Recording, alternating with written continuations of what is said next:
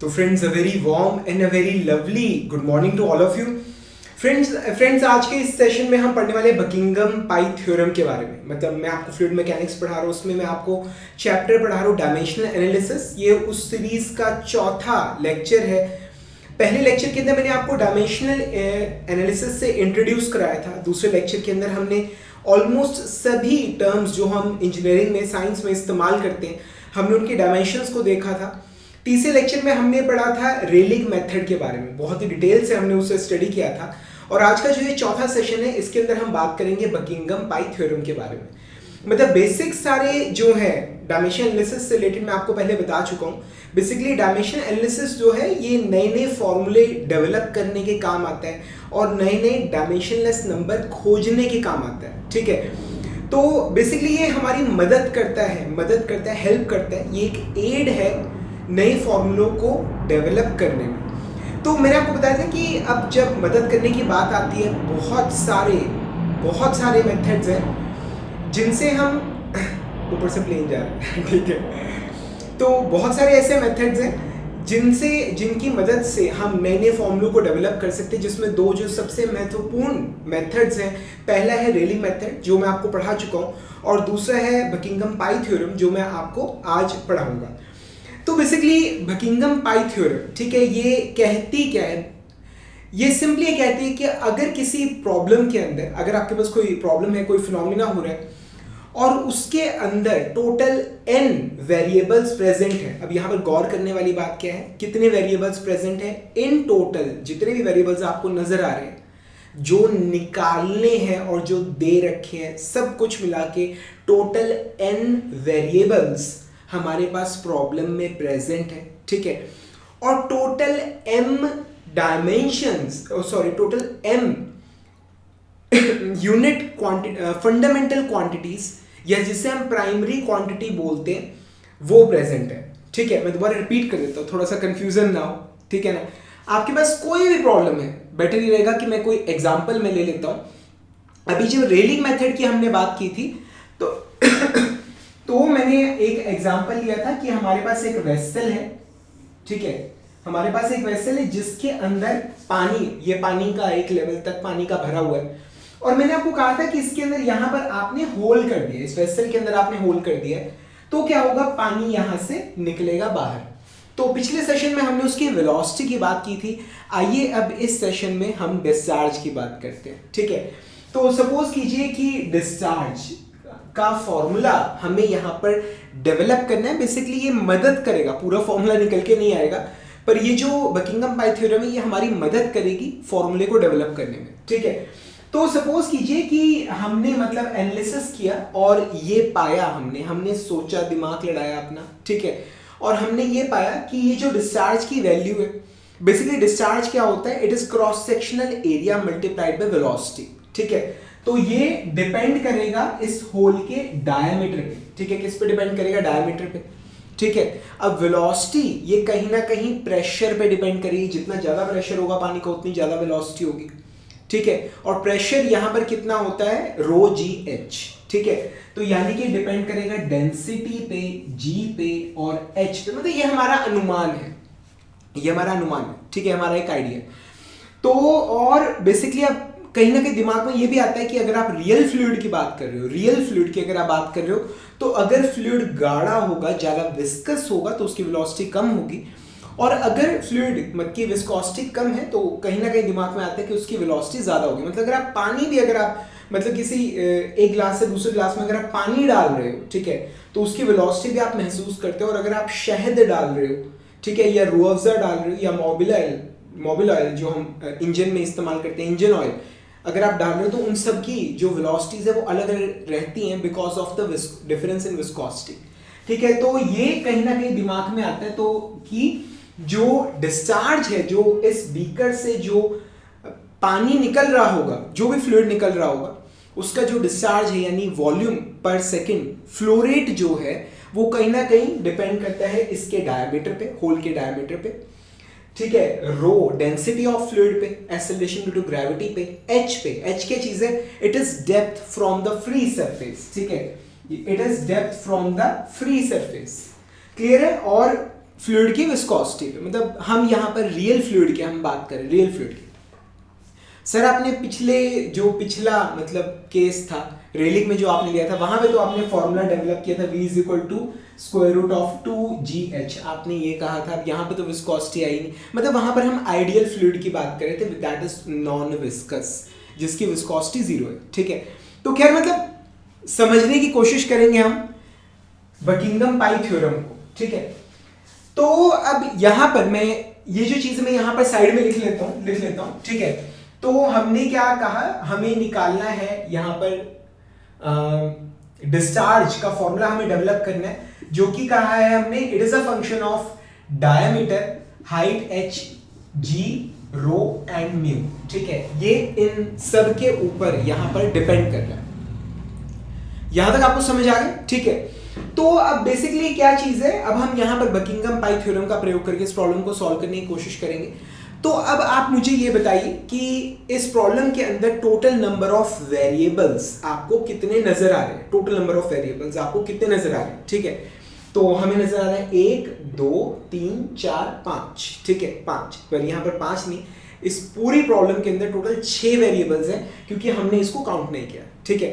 तो ये basically total number of variables कितने हैं, 1 2 3 4 5 6, मतलब आपको टोटल वेरिएबल्स आपको बताने हैं, ठीक है ना, टोटल सारे। इसके अंदर इंडिपेंडेंट वेरिएबल और डिपेंडेंट वेरिएबल सभी इंक्लूडेड हैं, ठीक है। अब आई होप आपको याद होगा कि डिपेंडेंट और इंडिपेंडेंट वेरिएबल क्या होता है। मैंने आपको पहले भी बताया था कि जिस वेरिएबल का फॉर्मूला आपको डेवलप करना होता है that is our dependent variable, क्योंकि उसकी वैल्यू इन सभी चीजों पे डिपेंड कर रही है। तो जिसका फॉर्मूला आपको प्रॉब्लम में डेवलप करना है दैट्स डिपेंडेंट वेरिएबल, और जो बाकी के जितने वेरिएबल्स है जो डिसाइड करेंगे इसकी value, they are independent variable, मतलब उनकी वैल्यू चेंज हो सकती है और उनकी वैल्यू के हिसाब से हमारे डिपेंडेंट वेरिएबल की वैल्यू चेंज होगी। समझ आ रहा है। तो जो टोटल नंबर ऑफ वेरिएबल्स हम कहते हैं कि n है, n, ठीक है, तो उसके अंदर मतलब डिपेंडेंट इंडिपेंडेंट सभी वेरिएबल्स इंक्लूडेड होते हैं। यहां तक आपको समझ आ गया, ठीक है।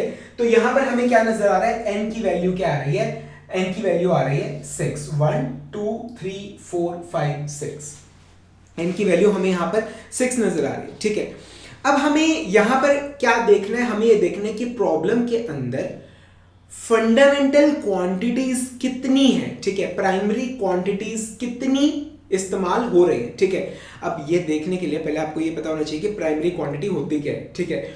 तो मैंने आपको बताया था कि प्राइमरी क्वांटिटी क्या होती है, जो फिजिक्स की, साइंस की जो सबसे बेसिक क्वांटिटीज है, सबसे बेसिक क्वांटिटीज है, लेंथ, मास, टाइम, टेम्परेचर, ठीक है, हम यही 4 इस्तेमाल करते हैं। उसके बाद इलेक्ट्रिक करंट आ जाता है, क्वांटिटी ऑफ मैटर यानी मोल आ जाते हैं, ठीक है, और उसके बाद आती है ल्यूमिनस इंटेंसिटी, ठीक है, पर इनका हम जनरली प्रयोग नहीं करते, हमारा काम लेंथ, मास और टाइम में चल जाता है, ठीक है। तो आपको ये चेक करना होता है प्रॉब्लम के अंदर कि कितनी प्राइमरी या फंडामेंटल क्वांटिटीज प्रॉब्लम के अंदर प्रेजेंट है। सपोज कीजिए कोई ऐसी प्रॉब्लम है जिसके अंदर सिर्फ डिस्चार्ज है, डायमीटर है, हाइट है, ठीक है, वेलोसिटी है, एक्सेलरेशन है, ठीक है। कोई ऐसी प्रॉब्लम, वैसी मतलब अपने आप से मन से बना रहा हूं मैं, ठीक है। कोई ऐसी प्रॉब्लम है जिसके अंदर है डिस्चार्ज। अब डिस्चार्ज की डायमेंशंस क्या होती है, मतलब इट इज लेंथ क्यूब पर सेकेंड, डायमीटर की लेंथ, हाइट की लेंथ, वेलोसिटी का है length per unit time, velocity क्या होता है, डिस्टेंस ट्रेवल पर सेकेंड, एक्सेलरेशन का क्या है, डायमेंशंस है, लेंथ पर टाइम स्क्वायर, ठीक है। तो ये इन सब की डायमेंशंस है। अगर आप इस पूरी प्रॉब्लम को देखो तो आपको इस पूरी प्रॉब्लम के अंदर कौन कौन सी फंडामेंटल या प्राइमरी क्वांटिटीज आपको नजर आ रही है। तो सिर्फ 2 क्वांटिटीज हमें नजर आ रही हैं, एक लेंथ नजर आ रहा है, एक टाइम नजर आ रहा है, ठीक है। यहां पर कहीं मास नजर आ रहा है पूरी प्रॉब्लम के अंदर, नहीं, ठीक है। टेम्परेचर नजर आ रहा है, नहीं, ठीक है। और मतलब बहुत सारे न्यूमेरिकल्स में आपको सॉल्व करवाऊंगा, ठीक है। तो उसमें मतलब आपको ल्यूमिनस इंटेंसिटी और मोल तो कहीं पे भी नहीं नजर आने वाला, ठीक है ना। तो समझ आ रहा है। तो अब आपको समझ आ गया होगा जब मैं आपको कह रहा हूं number of fundamental quantities problem में कितनी है, आपको ये देखना है, ठीक है। तो वो क्या है, आपको करना क्या है, जितने भी वेरिएबल्स हैं उन सभी की आपको डायमेंशंस लिखनी है, ठीक है। और आपको डायमेंशंस लिखने के बाद देखना है कि इन डायमेंशंस में कौन कौन सी प्राइमरी क्वांटिटीज आपको नजर आ रही है। समझ आ रहा है? अब यहाँ पर इस प्रॉब्लम के अंदर हमें सिर्फ दो ही, लेंथ और टाइम नजर आ रहा है, ठीक है। अब यहाँ पर जो हमारी प्रॉब्लम जिसे हम सॉल्व करना चाहते हैं, आइए इस केस में देखते हैं। अब हमारे पास है डिस्चार्ज, ठीक है, डिस्चार्ज है। अब इसकी डायमेंशंस क्या होती हैं, L/L³/T, मैंने यहाँ पे भी लिखा है। उसके बाद है डायमीटर, इसकी डायमेंशंस है लेंथ। उसके बाद है हाइट, ठीक है, या depth of from free surface, इसकी डायमेंशन है लेंथ की, ठीक है। उसके बाद आ गया G, acceleration due to gravity, यह है लेंथ पर टाइम का स्क्वायर, लेंथ पर टाइम का स्क्वायर, ठीक है। उसके बाद आ गया डेंसिटी, डेंसिटी की डायमेंशंस क्या होती है, मास पर यूनिट वॉल्यूम, ठीक है, यानी मास पर लेंथ का क्यूब, ठीक है।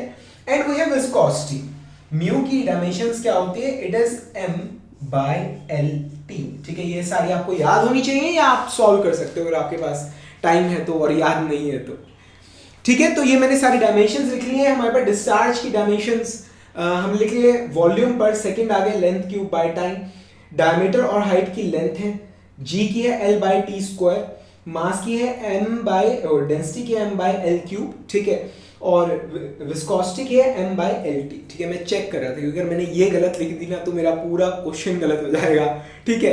तो बाद में 2 घंटे बाद देख ले से कि यार गलती कहाँ थी, बेटर है साथ के साथ थोड़ा ठंडे दिमाग से चेक करते रहो। तो अब अगर आप इस प्रॉब्लम के अंदर देखें तो आपको कौन कौन सी प्राइमरी क्वांटिटीज आपको नजर आ रही है। एक तो हमें यहां पर नजर आ रही है लेंथ, एक नजर आ रहा है टाइम, और दूसरा हमें यहां पर नजर आ रहा है मास, ठीक है। तो 3 प्राइमरी क्वांटिटीज हमें यहां पर नजर आ रही है, ठीक है। तो m की वैल्यू क्या है, 3, m की वैल्यू क्या है यहां पर 3। समझ आ गया, ठीक है। समझ आ गया कि नंबर ऑफ वेरिएबल्स क्या होते हैं और नंबर ऑफ प्राइमरी क्वांटिटीज क्या होती है, ठीक है। तो बकिंघम पाई थ्योरम मैं आपको बता रहा था।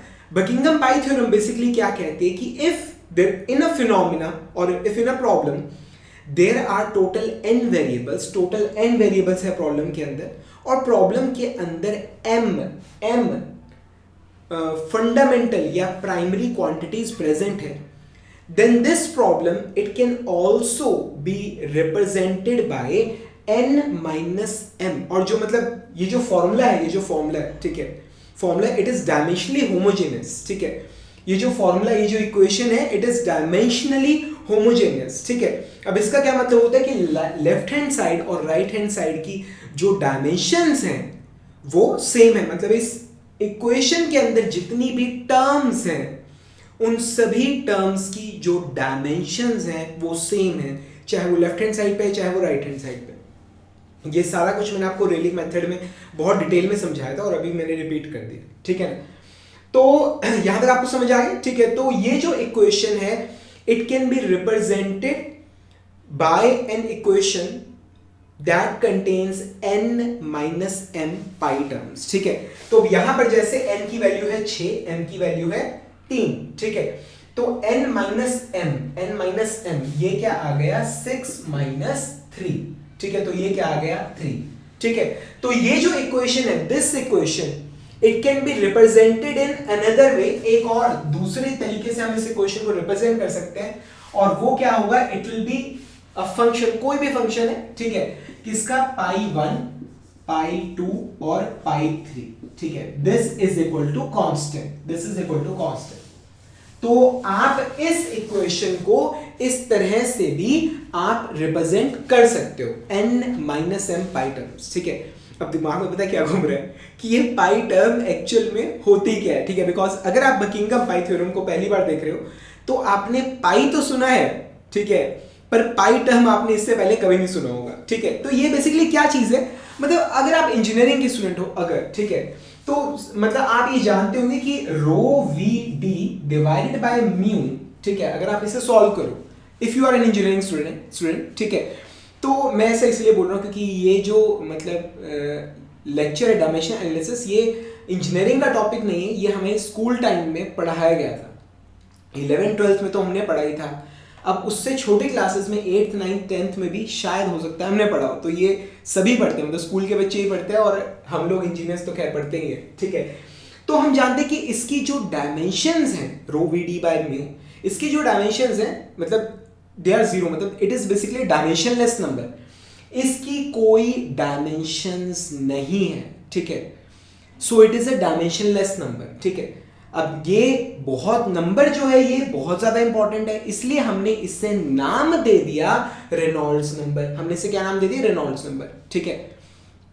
अब हम सभी जानते हैं, मतलब ये चीज तो खैर स्कूल वालों को बता होगी कि वेलोसिटी ऑफ एनी ऑब्जेक्ट, किसी भी चीज की वेलोसिटी, किसी भी चीज की velocity divided by velocity of sound, ठीक है, divided by velocity of sound, ठीक है, ये इसे बोलते हैं, इट इज डायमेंशनलेस। ऊपर भी वेलोसिटी है, नीचे भी वेलोसिटी है, तो जब एक दूसरे से डिवाइड होगा तो again it will B dimensionless number, ठीक है। अब ये टर्म भी बड़ी इंपॉर्टेंट है, तो हमने इसे नाम दिया है माक नंबर, ठीक है। हमने इसे क्या नाम दिया? माक नंबर, ठीक है। हमने इसे क्या नाम दिया? माक नंबर, ठीक है। हवाई जहाज जो प्लेन्स होते हैं उनकी स्पीड भी मतलब मार्क में ही नापी जाती है, मार्क 1, मार्क 2, मार्क 3, ठीक है। इवन तक आजकल तो जो शेव की क्वालिटी है वो भी मतलब जिलेट मार्क 3 इस तरह से, ठीक है, जस्ट जोकिंग, ठीक है। तो मतलब ये again it is a dimensionless number, it is important, हमने इसे नाम दे दिया मार्क नंबर। ऐसे we have Froude number, we have Weber number, बहुत सारे नंबर्स हैं हमारे पास, ठीक है। अब कितने डायमेंशनलेस नंबर्स आप इस दुनिया में बना सकते हो? कि हाँ जी, आपसे पूछ रहा हूं मैं, कितने डायमेंशनलेस नंबर्स आप इस दुनिया में बना सकते हो, ठीक है। And the answer is infinity. Dimensionless number जितने मर्जी बनाए जाओ, जितने मर्जी बनाए जाओ, कोई लिमिट नहीं है भाई, कोई किसी तरह की कोई लिमिट नहीं है। जितने मर्जी डायमेंशनलेस नंबर आपको, मतलब आपको अपनी क्रिएटिविटी का इस्तेमाल करना है। अब यहीं पे ही मतलब सपोज कीजिए डिस्चार्ज, ये आ गया L³ डिवाइडेड बाय T, ठीक है, डिस्चार्ज। अब divided by velocity, divided by velocity, हाँ, डिवाइडेड बाय वेलोसिटी, ठीक है, ये आ गया L/T, ठीक है। अब T से T कट गया, ये L से ये L कट गया, 2L बचे, ठीक है। अब डिवाइडेड बाय L², ये L², ठीक है, इस L² से L² ये कट गया। सो Q/VL², it is a dimensionless number. आप इसकी डायमेंशन देखिए एक बार, Q बाय, ये Q क्या है? Discharge, V is velocity, L is length, ठीक है। तो Q L³/T, वेलोसिटी का है L/T और ये L², it is a dimensionless number, ठीक है। तो ऐसे मेरे भाई खाली बैठे हो, जितने मर्जी डायमेंशनलेस नंबर बनाओ, तो there can be infinite combinations, ठीक है। अब इन सबको नाम देंगे क्या? अब इन सबको नाम थोड़ी दे सकते हैं। तो हमने क्या तरीका दिया है? हमने इनका नाम रख दिया है पाई, ठीक है। हमने इनको, जो डायमेंशनलेस नंबर होता है, डायमेंशनलेस नंबर होता है, हमने उसे क्या, उसका क्या नाम रख दिया? हमने उसका क्या नाम रख दिया? पाई, ठीक है। इसे हम बुलाते हैं, डायमेंशनलेस नंबर को हम बुलाते हैं पाई टर्म, ठीक है। मतलब कोई भी टर्म, मतलब you have something diameter, height divided by diameter, ठीक है, हाइट डिवाइडेड बाय डायमीटर, ठीक है, it is a pi term, ठीक है। इनकी इट इज डायमेंशनलेस, तो it is a pi term, ठीक है। तो अब क्या चीज है, जैसे आप सॉल्व कर रहे हो, आपके सामने जो सबसे पहला डायमेंशनलेस नंबर आया आपके सामने, उसे आपने नाम दे दिया पाई 1, ठीक है। दूसरा डायमेंशनलेस नंबर प्रॉब्लम के अंदर आपके सामने जो आया, प्रॉब्लम सॉल्व कर रहे हो, दूसरा डायमेंशनलेस नंबर जो आपके सामने आया, सपोज कीजिए आपने इसे नाम दे दिया पाई 2। जो तीसरा नंबर आपके सामने आया उसे आपने नाम दे दिया पाई 3, ठीक है। जो चौथा नंबर आपके सामने प्रॉब्लम के अंदर आया उसे आपने नाम दे दिया पाई 4। रैंडमली ऑर्डरिंग कैसी भी हो सकती है, कोई दिक्कत नहीं, मतलब first come first serve basis पे आपने लिस्ट बना रखी है बच्चों की, पहला बच्चा है मोनू, दूसरा सोनू, तीसरा टोनू, लाइक दैट, ठीक है।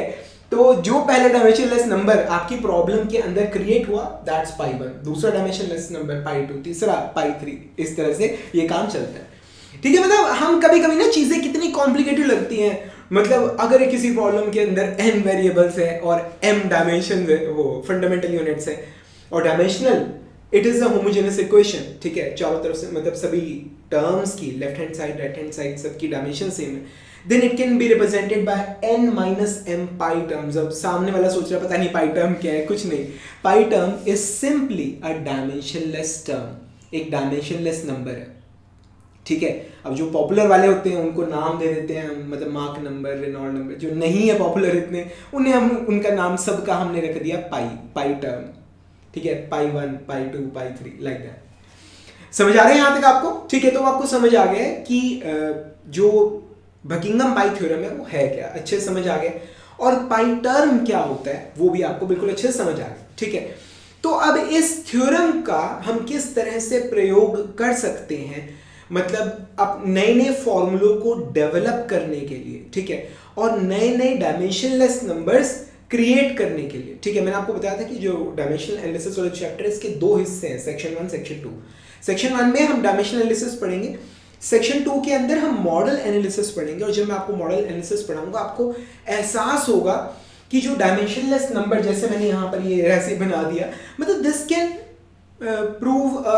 Can play a very important role in research, ठीक है। इन सब डायमेंशनलेस नंबर से रिसर्च करना बहुत ईजी हो जाता है। तो ये नए डायमेंशनलेस नंबर हम खोजते कैसे हैं, ठीक है, और मतलब हम इक्वेशन कैसे डेवलप कर सकते हैं किसी भी प्रॉब्लम की, तो आइए अब मैं आपको वो सिखाता हूँ, ठीक है। तो बेसिकली स्टेप्स क्या रहते हैं, स्टेप्स क्या रहते हैं, आइए वो देखते हैं। स्टेप्स क्या रहते हैं,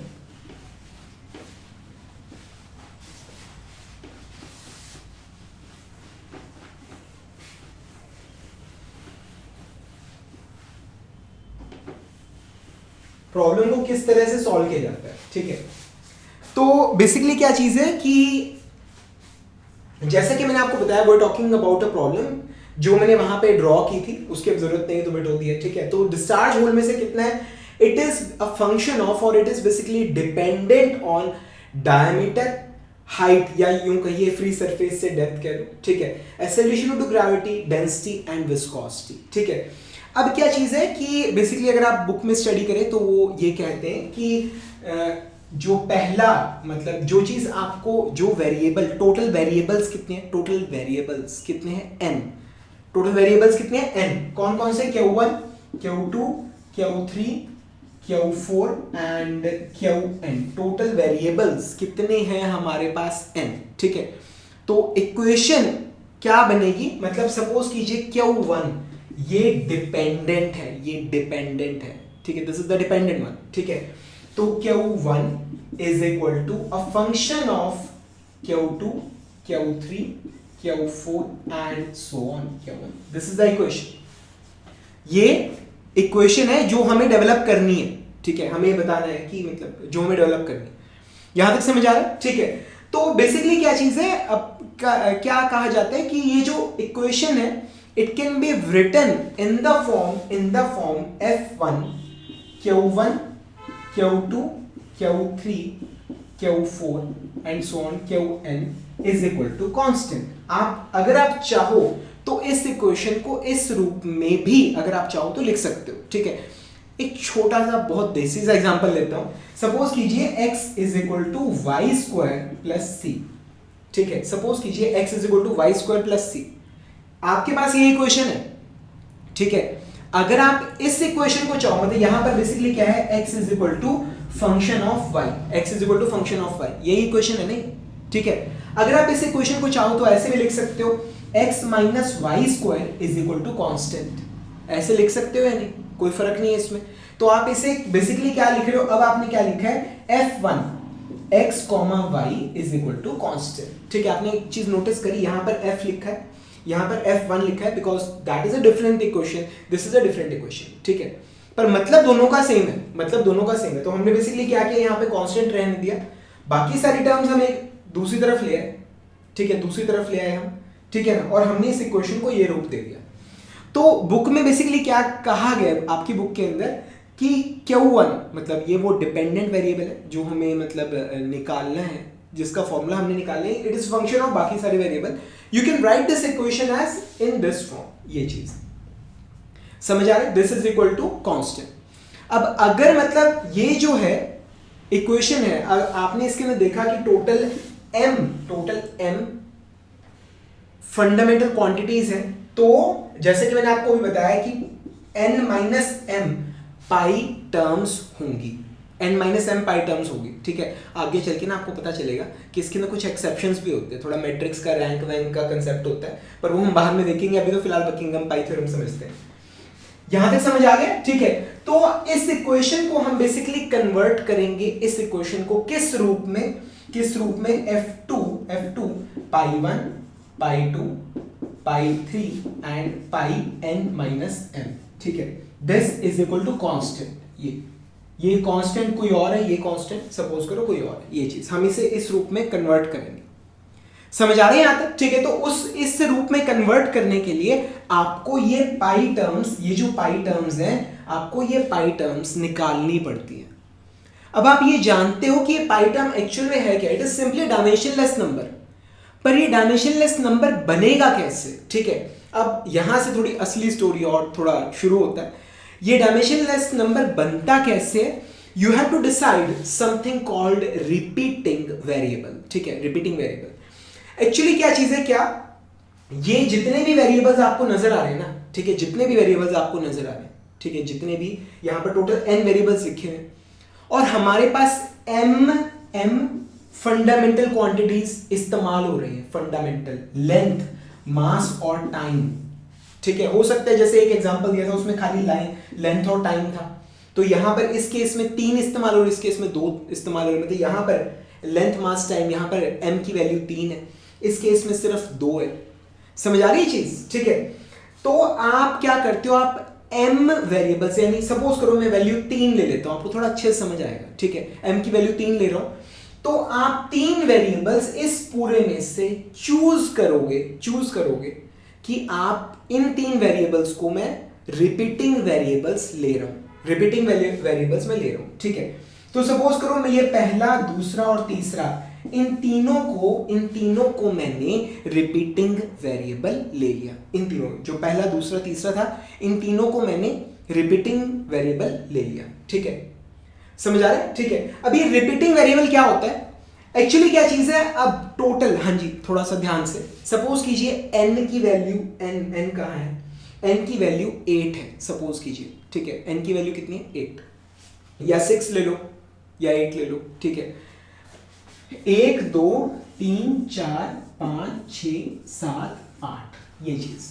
ठीक है, हमारे पास टोटल 8 टर्म्स है, टोटल 8 टर्म्स है। यहां तक समझ आ गया? ठीक है, अब पहली टर्म, दूसरी टर्म और तीसरी टर्म, इन तीनों को मैंने रिपीटिंग वेरिएबल ले लिया, रिपीटिंग वेरिएबल ले लिया इन तीनों को। ठीक है, यहां तक समझ आ गया? अब मेरे पास पाई टर्म्स कितनी बनेंगी? पाई टर्म्स कितनी बनेंगी? That will B this n कितने हैं? ये 8 माइनस m। ठीक है, कितने हैं? 3। थोड़ा ध्यान से ठंडे दिमाग से सुनना, सब कुछ समझ आ जाएगा। ठीक है, तो टोटल कितनी टर्म्स थी? 8 थी। ठीक है, ओ यार हमारे स्क्रीन से बाहर चला गया ये सारा, थोड़ा सा इधर कर लेता हूँ। ओके, टोटल यहां पर ये 8 टर्म्स हैं total, n is equal to 8, m की वैल्यू कितनी है? 3। तो टोटल पाई टर्म्स कितनी बनेगी? That will be n minus 3। थोड़ा ठंडे दिमाग से टाइम लगा के सीखेंगे ताकि हर क्वेश्चन जल्दी निकल जाए। देखो, 2 रास्ते होते हैं, कोई सा भी पकड़ लो। जल्दी सीखो और क्वेश्चंस को सॉल्व करने में बहुत ज्यादा टाइम लगा और पता नहीं निकलेंगे या नहीं। ठीक है, और दूसरा रास्ता क्या कि आराम से, ढंग से, बिल्कुल प्रॉपर वे में आप कंप्लीट चीज सीखो और क्वेश्चंस फटाफट से निकालो। ठीक है, तो फटाफट कौन सा काम करना है वो तुम्हें डिसाइड करना है। फटाफट से सीखना है और क्वेश्चंस आराम से निकालने हैं, या आराम से सीखना, क्वेश्चंस फटाफट निकालने, वो तुम्हें डिसाइड करना है। ठीक है, यहां तक समझ आ रहा है? ठीक है, तो पाई टर्म्स कितनी होंगी? It will be 8 minus 3 is equal to 5, is equal to 5। समझ आ रही है चीज? ठीक है, पाई टर्म्स कितनी होंगी? That will B pi 1, pi 2, pi 3, पाई 4, पाई 5। ये चीज समझ आ रहा है यहां तक? ठीक है, ये मैं इसलिए ना ग्राफिकली दिखा रहा हूं भाई। मैं चाहूं तो n माइनस m लिख के खत्म कर सकता हूं, मैं तुम्हें दिखा रहा हूं बोर्ड पे, तुम्हारे सामने चल रहा है ये काम। ठीक है, तो ये जो 8 टर्म्स थी, इसमें से हमने 3 टर्म्स को रिपीटेड वेरिएबल ले लिए। ठीक है, और जो बाकी की ये जितनी टर्म्स बची हैं, इनकी मदद से हम पाई टर्म डेवलप करेंगे। ठीक है, तो ये पाई टर्म डेवलप कैसे की जाती है? डेवलप कैसे की जाती है? ये जो बचे, ध्यान से सुनना थोड़ा। ठीक है, जो ये बचे हुए वेरिएबल्स हैं, जो ये बचे हुए वेरिएबल्स हैं, ठीक है, इनमें से एक एक करके वेरिएबल को हम उठाते हैं। ठीक है, मतलब सपोज कीजिए सबसे पहले मैंने ये वेरिएबल उठाया। ठीक है, ये वाला सबसे पहले मैंने इसको उठाया। मैंने कौन सा उठाया? इसका नाम, इस वेरिएबल का नाम क्या है?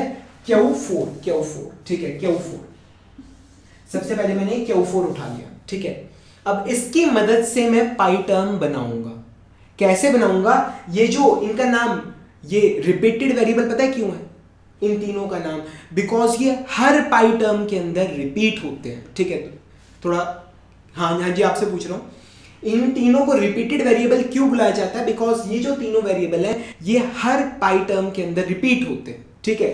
तो ये आ गया, मैंने इसको उठा लिया, ये आ गया Q4, ये मेरा चौथा वेरिएबल है, ठीक है। Multiplied by Q1 raise to power a, Q2 raise to power b, Q3 raise to power c। यहां तक समझ आ गया, ठीक है। And this is equal to pi 1, ये मेरी पहली पाई टर्म बन गई, ये मेरी क्या बन गई? पहली पाई टर्म, ठीक है। दिस इज Q4, ठीक है। अगर आप चाहो तो Q4 की भी कुछ पावर ले सकते हो, पर हम जनरली लेते नहीं क्योंकि जरूरत नहीं पड़ती, ठीक है ना। Q4 रेस्ट पावर भी आप 1 2 3 4 कुछ भी लिख सकते हो, आपकी श्रद्धा है, पर हम करते नहीं है ऐसा, ठीक है। तो Q4 into Q1 raised to power a। अब पता है कि एक्चुअली बहुत सारी इक्वेशंस बनेगी, तो यहां पर a1 लिख लेता हूं, a1 b1 c1, ठीक है। m की वैल्यू कितनी है? 3, तो 3 ही रिपीटिंग वेरिएबल्स है मेरे पास, ठीक है। ये बन गई मेरी पहली pi term, this is my first pi term. अब दूसरी पाई टर्म कैसे बनेगी? अब मैं पहला तो इस्तेमाल कर लिया ना, अब दूसरी पाई टर्म के लिए मैं दूसरा वेरिएबल उठाऊंगा, जो बचे हुए वेरिएबल है ना, जो ये बचे हुए वेरिएबल है इनकी बात कर रहा हूं मैं, ठीक है। तो ये उठाया मैंने दूसरा वेरिएबल, ठीक है। तो इस बार मैंने उठाया Q5 उठा लिया, ठीक है।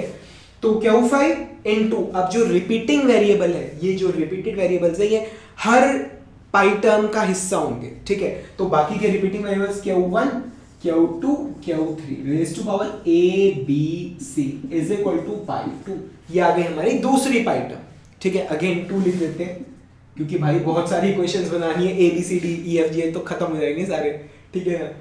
समझ आ गया, ठीक है। तो ये दूसरी पाई टर्म आ गई, ठीक है। उसके बाद हम बनाएंगे तीसरी पाई टर्म, ठीक है। कैसे? अब ये पहला इस्तेमाल कर लिया, दूसरा इस्तेमाल कर लिया, जो बचे हुए वेरिएबल्स थे। अब हम तीसरा वेरिएबल उठाएंगे विच इज Q6, ठीक है। अब ये उठा लिया हमने, अब ये ले लिया, अब रिपीटिंग वेरिएबल्स तो सबके साथ ही रहेंगे, so it will be Q1 raise to power a, Q2 raise to power b, Q3 raise to power c is equal to pi 3। ये चीज ऑफ कोर्स ये 3 लिख देता हूं। अगर मैं सभी में ABC लिख दूंगा तो आप कंफ्यूज हो जाओगे, आप सोचोगे सबकी ABC की वैल्यू सेम होगी, ऐसा नहीं है। हर इक्वेशन में A, B और C की वैल्यू अलग आएगी।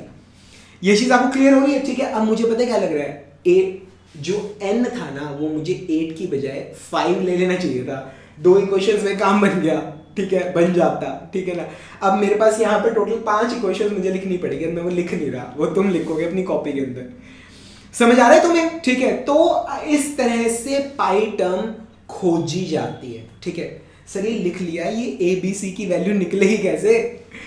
भाई जब इक्वेशन लिखोगे ना तो तुम्हें एबीसी की वैल्यू अपने आप पता चल जाएगी। कैसे? This is basically a dimensionless number. Pi term की इक्वेशन लिखनी आ गई, ठीक है, आ गई ना, क्योंकि मैं अभी मिटाने वाला हूं, ठीक है। तो बेसिकली ये जो है ना, ये एक डायमेंशनलेस नंबर है। पाई 1 पाई 2 पाई 3 जितने भी पाई टर्म्स हैं, दीज आर डायमेंशनलेस नंबर, इनकी कोई डायमेंशंस नहीं है। यानी कि जो ये प्रोडक्ट है इन सारे नंबर्स का, जो ये वेरिएबल्स का जो प्रोडक्ट है, इसकी भी कोई डायमेंशंस नहीं होंगी, ठीक है, इसकी भी कोई डायमेंशन नहीं होगी। तो जब आप इनकी डायमेंशंस लिखोगे ना, डायमेंशंस यहां पर जब आप इनकी लिखोगे, ठीक है, तो मतलब लेंथ इक्वेशन डेवलप हो जाएगी लेंथ, मास और टाइम के अंदर। फिर आप लेंथ की पावर देखोगे एंड दैट मस्ट बी 0, क्योंकि यहां पर जो ये पाई टर्म है, पाई टर्म की डायमेंशन क्या होती है? m0 l0 t0, ठीक है। पाई टर्म की तो कोई डायमेंशन होती नहीं, तो जो यहां पर mlt की जो पावर्स आएंगी दे हैव टू बी 0। समझ आ रहे हैं यहां तक, ठीक है। तो मतलब हर इक्वेशन के अंदर एबीसी की वैल्यू बड़े आराम से निकल जाएगी। अभी निकाल के दिखाता हूं, ठीक है। पाई 1 आ गया, पाई 2 आ गया, पाई 3 आ गया। बस उसके बाद यहां पर सिर्फ इक्वेशन बनानी है, f2 ब्रैकेट में पाई 1 लिखना, पाई 2 लिखना, पाई 3 लिखना, ब्रैकेट क्लोज करना, इज इक्वल टू कांस्टेंट, मतलब ये वो वाला कांस्टेंट या कोई और कांस्टेंट जो भी है, मतलब देख लेना, ठीक है। बस तुम्हारी प्रॉब्लम सॉल्व हो गई है। प्रॉब्लम यहीं तक हमें सॉल्व करनी थी, इससे आगे कुछ नहीं करना। समझ आ रहा है, ठीक है। तो ज्यादा मतलब ये भी हो सकता है कि ऑब्जेक्टिव में खाली इतने क्वेश्चन आ जाए, 1 नंबर का कह रहे हो, 2 का नहीं कह रहे, 1 का कह रहे हो, ठीक है, कि टोटल कितनी पाई टर्म्स बनेंगी। टोटल कितनी पाई टर्म्स बनेंगे? So that is n minus m, n minus m। n क्या है? Total number of variables, m है नंबर ऑफ फंडामेंटल क्वांटिटीज जो प्रॉब्लम में प्रेजेंट है। ठीक है, ये भी ना मतलब इसमें कुछ एक्सेप्शंस भी होती हैं, पर वो मैं अगले लेक्चर में बताऊंगा। उसमें मैट्रिक्स का रैंक निकाला जाता है, प्रॉब्लम सॉल्व की जाती है। ठीक है, पर वो चीज़ें हम आगे जैसे चलेंगे तो करेंगे। तो बेसिक क्या मतलब पूरा मेथड पढ़ रहे हैं, बेसिक क्या पूरा ही पढ़ रहे हैं। ठीक है, तो इसको यूज करके देखते हैं एक एग्जाम्पल के अंदर। यही वाला एग्जाम्पल थोड़ा सा और आगे मूव करा लेते हैं। ठीक है, आपको सब कुछ बिल्कुल अच्छे से समझ आ जाएगा, मेरा प्रॉमिस है। भाई एक बात याद रखना, पढ़ते हुए ना कभी भी जल्दबाजी मत करना। हो सके तो नोट्स बनाना, बाद में तुम्हें बड़े रिवाइज करते हुए काम आएंगे। ठीक है, तो नोट्स बना लेना। ठीक है ना, तो आइए अब हमने डायमेंशंस हमने लिख लिए। ठीक है, जितने भी वेरिएबल्स थे हमने सबकी डायमेंशंस हमने लिख ली है। ठीक है, अब हम सबसे पहले तो ये देखते हैं कि इन वेरिएबल्स में से रिपीटिंग वेरिएबल कौन सा होगा। ठीक है, अभी बहुत कुछ सीखने को बाकी है मेरे भाई। अभी तो मैं तुम्हें ये बताऊंगा कि रिपीटिंग वेरिएबल्स चूज करते, जैसे यहां पर m की वैल्यू 3 है, तो 3 रिपीटिंग वेरिएबल तुम्हें उठाने हैं इन सब में से, तो वो कौन सा लेंगे, वो हम कौन सा लेंगे। ठीक है, तो उसका ना एक रूल है। रूल क्या? आपको वो रिपीटिंग वेरिएबल्स इस तरह से लेने हैं कि उनके अंदर जो आपने, जैसे यहाँ पर हम 3 उठा रहे हैं, हो सकता है किसी प्रॉब्लम में आप 4 उठा रहे हो सकता है किसी प्रॉब्लम में आप 2 उठा रहे हो, वो प्रॉब्लम टू प्रॉब्लम वेरी करता है। बट द थिंग इज कि आपको जो रिपीटिंग वेरिएबल्स चूज करने हैं they must be such that वो इस तरह से होने चाहिए कि जितनी भी प्राइमरी क्वांटिटीज आपकी प्रॉब्लम के अंदर प्रेजेंट हैं, वो सारी की सारी फंडामेंटल क्वांटिटीज आपके रिपीटिंग वेरिएबल्स में भी प्रेजेंट हो कलेक्टिवली। ये कलेक्टिवली वर्ड ही बहुत ज्यादा इंपॉर्टेंट है। ठीक है, समझ आ रहा है? अब मैं आपको थोड़ा एग्जांपल देता हूं। ठीक है, अब सपोज कीजिए कि यहां पर मतलब मैंने रिपीटिंग वेरिएबल उठा लिए मैंने यहां पर, सपोज कीजिए कि मैंने यहां पर रिपीटिंग वेरिएबल उठा लिए। एक तो मैंने उठा लिया वेलोसिटी है ही नहीं यहां पे। ओके,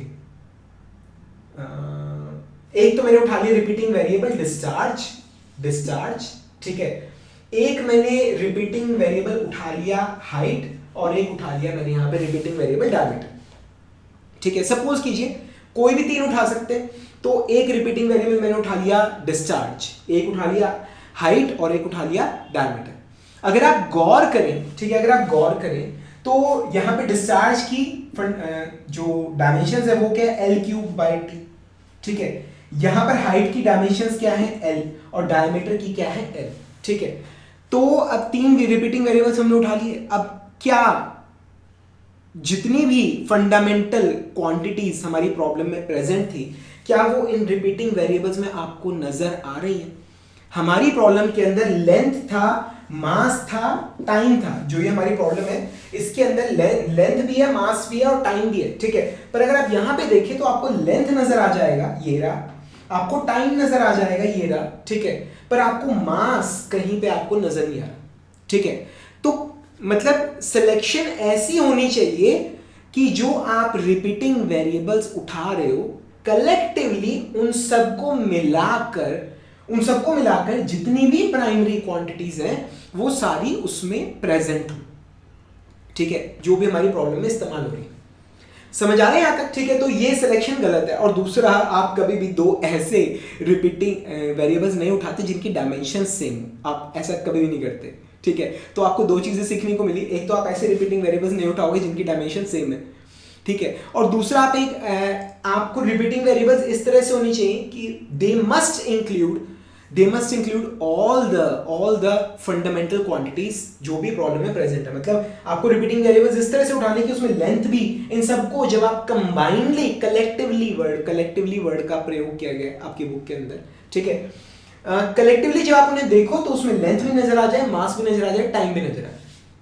ये चीज आपको यहां तक समझ आ रही है? ये चीज आपको क्लियर हो रही है? ठीक है, समझ आ रहा है? ठीक है, अच्छा, और ये चीज हमने यहां पे कर लिया। अब ना कोई स्टूडेंट बोले कि सर मतलब अब सपोज कीजिए कि मैंने रिपीटिंग वेरिएबल एक मैंने ले लिया डायमीटर, ठीक है, एक मैंने ले लिया acceleration due to gravity g, ठीक है, और एक मैंने ले लिया डेंसिटी रो, ठीक है। अब डायमीटर मैंने रिपीटिंग वेरिएबल्स अपने कौन कौन से लिए, मैं यहां पे लिख लेता हूं। रिपीटिंग वेरिएबल्स मैंने ले लिए हैं, एक तो डायमीटर और एक मैंने ले लिया जी और एक मैंने ले लिया रो, ये चीज, ठीक है। अब डायमीटर की डायमेंशंस क्या आ गई, एल, ठीक है। ए जी की डायमेंशंस आ गई एल बाई टी स्क्वायर और डेंसिटी की डायमेंशंस आ गई एम बाई एल का क्यूब। यहां तक आपको समझ आ गया, ठीक है। अब कोई स्टूडेंट बोले कि सर आपने कहा है कि तीनों मतलब जितनी भी फंडामेंटल क्वांटिटीज है, लेंथ, मास और टाइम, मतलब इनमें से जो भी हमारी प्रॉब्लम के अंदर प्रेजेंट है वो सारी इसके अंदर होनी चाहिए, और यहाँ पे देखो इसमें तो कोई मास और टाइम है ही नहीं, इसमें भी मास नहीं है, इसमें टाइम नहीं है, ठीक है। तो ये कैसे हो भाई, मैं एक वर्ड इस्तेमाल कर रहा हूँ कलेक्टिवली, ठीक है, कलेक्टिवली, मतलब आप जब इन सबको कंबाइंड अगर आप देखो तो इसके अंदर आपको लेंथ भी मिल जाएगा, आपको मास भी मिल जाएगा, आपको टाइम भी मिल जाएगा, ये चीज है। समझ आ रहा है यहां तक, ये चीज क्लियर हो गई। So collectively they must contain all the fundamental quantities. समझ आ रहा है, ठीक है। तो ये तो है रूल नंबर 1 जो आपको फॉलो करना है, this is an very important rule, ठीक है। दूसरा रूल नंबर 2 क्या है कि वो मतलब आपको रिपीटिंग वेरिएबल्स इस तरह से चूज करने कि वो आपस में वो कभी भी एक डायमेंशनलेस नंबर ना बना पाए, आपस में वो कभी भी एक डायमेंशनलेस नंबर ना बना पाए। ये चीज आपको समझ आ रही है, ये चीज आपको क्लियर हो रही है, ठीक है। मतलब सपोज कीजिए कि मतलब मैंने एक रिपीटिंग वेरिएबल ले लिया h और d, ठीक है। एक रिपीटिंग वेरिएबल मैंने h ले लिया, एक d ले लिया, वैसे तो हम ले ही नहीं सकते क्योंकि इन दोनों की डायमेंशन सेम है, ठीक है। पर क्या चीज है कि ये दोनों आपस में डायमेंशनलेस नंबर बना सकते हैं, ठीक है। मतलब इससे मुझे कोई और अच्छा एग्जांपल ढूंढना पड़ेगा, ठीक है ना। सपोज कीजिए कोई ऐसी प्रॉब्लम है जिसके अंदर मतलब डिस्चार्ज है, ठीक है, और डेंसिटी है, मतलब मैंने एक एग्जांपल ऐसा सोचा था, ठीक है, मुझे कॉपी में देखना पड़ेगा। मेरी कोशिश थी कि मैं आप लोगों को ये चीज क्लियर करूं, पर इसके अंदर चलो थोड़ा समझने की कोशिश करते हैं, ठीक है। सपोज कीजिए कि कोई ऐसी सिचुएशन है, वैसे एग्जांपल गलत है थोड़ा, कोई एग्जांपल थोड़ा गलत है, कोई ऐसी सिचुएशन है जिसमें आपने डायमीटर, वेलोसिटी और काइनेमेटिक कह रहे हो, काइनेमेटिक विस्कोसिटी, डायमीटर, वेलोसिटी और काइनेमेटिक विस्कोसिटी को आपने रिपीटिंग वेरिएबल माना है, ठीक है। इसमें मतलब कुछ गलती है वैसे इसके अंदर, इसके में मास प्रेजेंट नहीं होगा एक्चुअली, ठीक है। तो अगर आप इनकी डायमेंशंस देखें तो डायमीटर की है l, वेलोसिटी की है l बाय t का स्क्वायर, ठीक है, और जो विस्कोसिटी है उसकी डायमेंशंस क्या होती हैं, it is l square by t। यहां तक आपको समझ आ रहा है, ठीक है। तो सपोज कीजिए कि मतलब हमने ये चूज कर लिया, ठीक है, गलत है ऑलरेडी, ठीक है। तो अगर आप अब क्या चीज है, ये तीनों जने मिलके आपस में एक डायमेंशनलेस नंबर बना सकते हैं, तीनों जने आपस में मिलके। कैसे बना रहे हैं, देखिए हमारे पास आ गया विस्कोसिटी ये क्या है, l स्क्वायर बाय t, ठीक है, और फिर आ गया हमारे पास वेलोसिटी, ठीक है।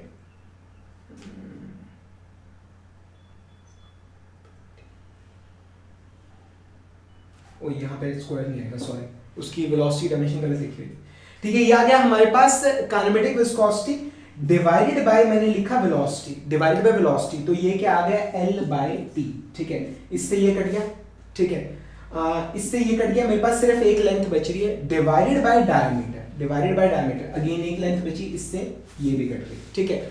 तो ये तीनों जने आपस में मिलके, ये तीनों कभी भी आप dimensionless number as a repeating variables आप नहीं ले सकते, क्योंकि ये तीनों जने मिलके आपस में एक डायमेंशनलेस नंबर आपस में ही बना सकते हैं, ये तीनों जने, ठीक है।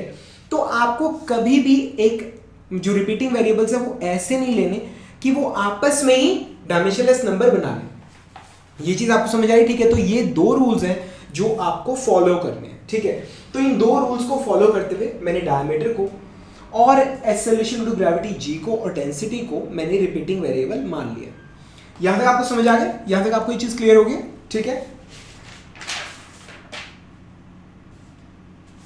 ओके। ठीक है, तो फिर अब हमने रिपीटिंग वेरिएबल हमने मान लिया डायमीटर जी और रो को। अब हम बनाएंगे पाई टर्म। ठीक है, अब हम बनाएंगे पाई टर्म। आइए देखते हैं पाई टर्म कैसे बनती है। मैंने आपको 2 मिनट पहले, जस्ट 2 मिनट पहले मैंने आपको एक क्वेश्चन लिखना सिखाया था। ठीक है, तो हमारे पास क्या है, हमारे पास Q is a function of diameter g rho. ठीक है, डायमीटर जी और रो ये मैंने ले लिए हैं हमारे दूसरी वाली क्वेश्चन। उसके बाद आ गया है H mu Q mu H।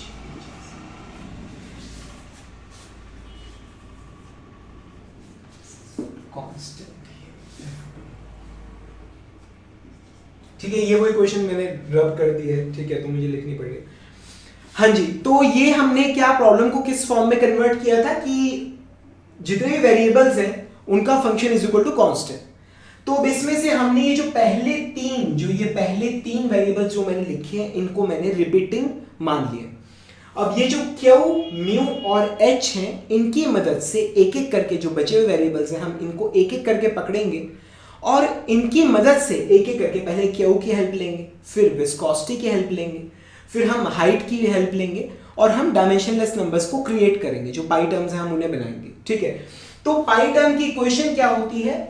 सबसे पहला टर्म जो है पाई 1 इज इक्वल टू ठीक है, जो बचा हुआ पहला वेरिएबल है आप उससे लोगे। अब मैंने यहां पर डिस्चार्ज ले लिया। ठीक है, और multiplied by diameter raise to power a, g raise to power b, rho raise to power c। So this is our first pi term. ये हमारी पहली पाई टर्म है। समझ आ गया आपको मतलब कि हमने यहां पे क्या किया?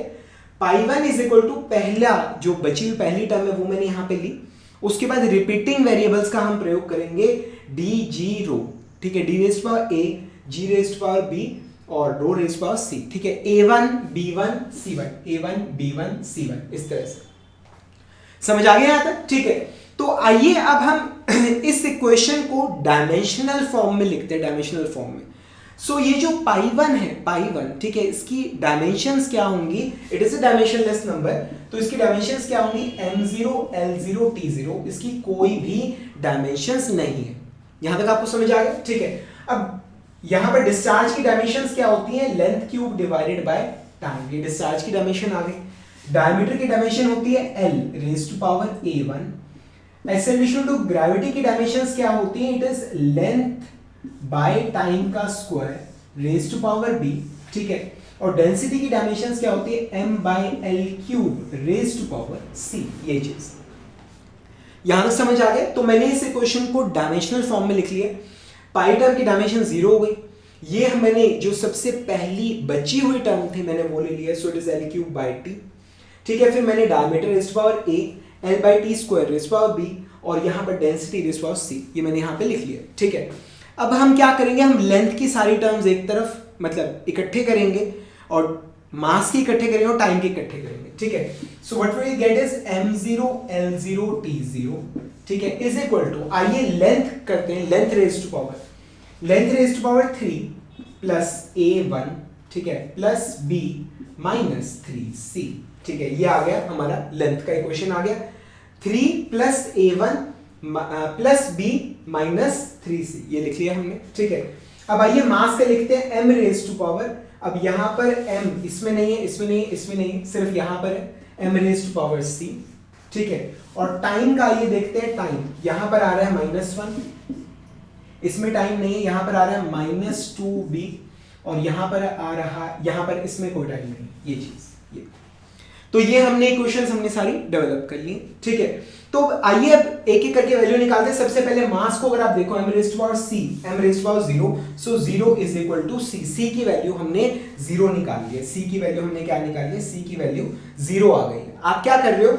मास की पावर को आप मास की पावर से left hand side right hand side dimension same रहेगा, पावर्स को इक्वेट कर रहे हो। ठीक है, आइए अब लेंथ की पावर को इक्वेट करते हैं। ऐसा करते हैं, पहले टाइम की पावर को इक्वेट करते हैं, वो आसान है।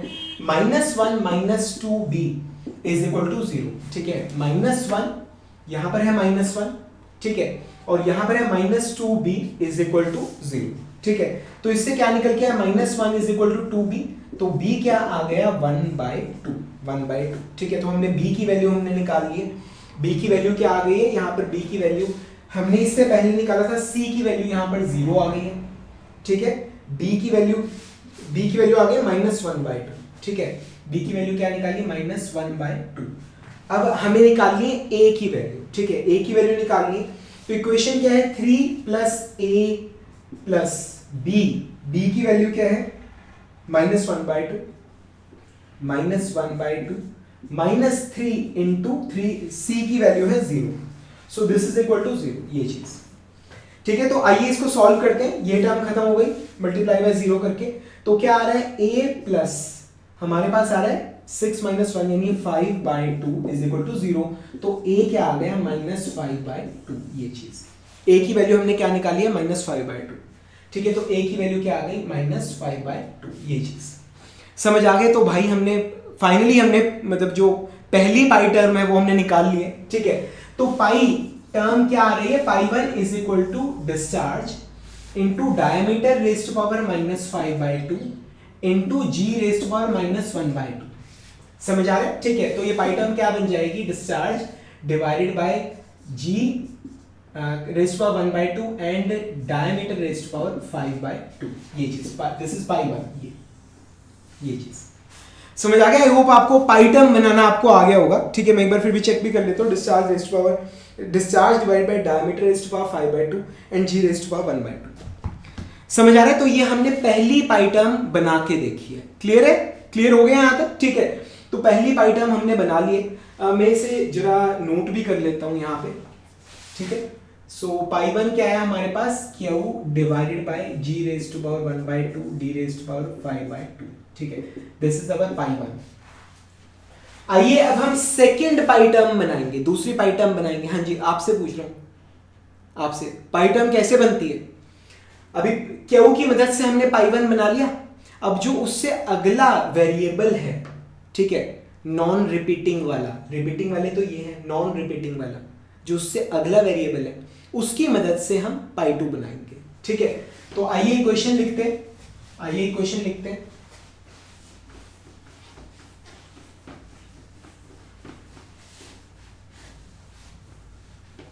आइए क्वेश्चन लिखते हैं। राजी, इस टॉपिक में आप जितनी ज्यादा प्रैक्टिस करोगे आपको उतना ज्यादा फायदा होगा।